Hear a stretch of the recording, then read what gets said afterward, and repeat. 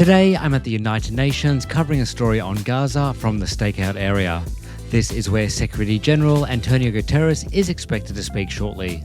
I'll be filming elements for a news package and also doing live crosses for Jazeera English. To go live, we're using the Dejero EnGo, a compact unit that takes video and audio signals and splits them across multiple networks like AT&T, T-Mobile and Verizon. You can also hook it up to Wi-Fi or Ethernet if available to spread the signal across as much bandwidth as possible.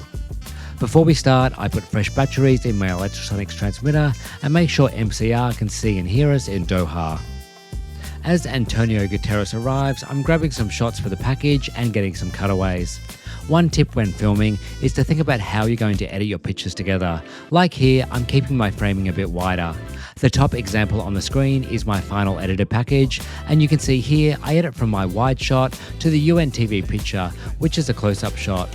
And if I was also on a close-up shot, it would have been a jump cut, and this is something we avoid in TV news. So thinking ahead when filming is critical, and that's why most of my shots here are a little bit wider. As the press conference continues on, I stay focused on filming cutaways, always looking for angles UN TV won't catch.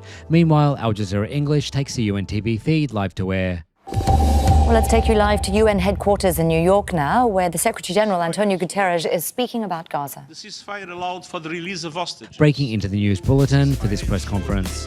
I keep rolling in the background, gathering more variations and reactions to gather pictures for my edit.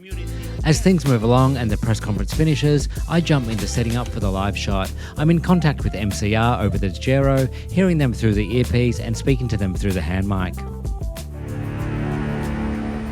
The UN Secretary-General has condemned Israel's blockade of all aid from entering Gaza. What you're seeing on screen now is a studio feed we hear in our earpiece, along with studio control giving us countdowns and timing cues.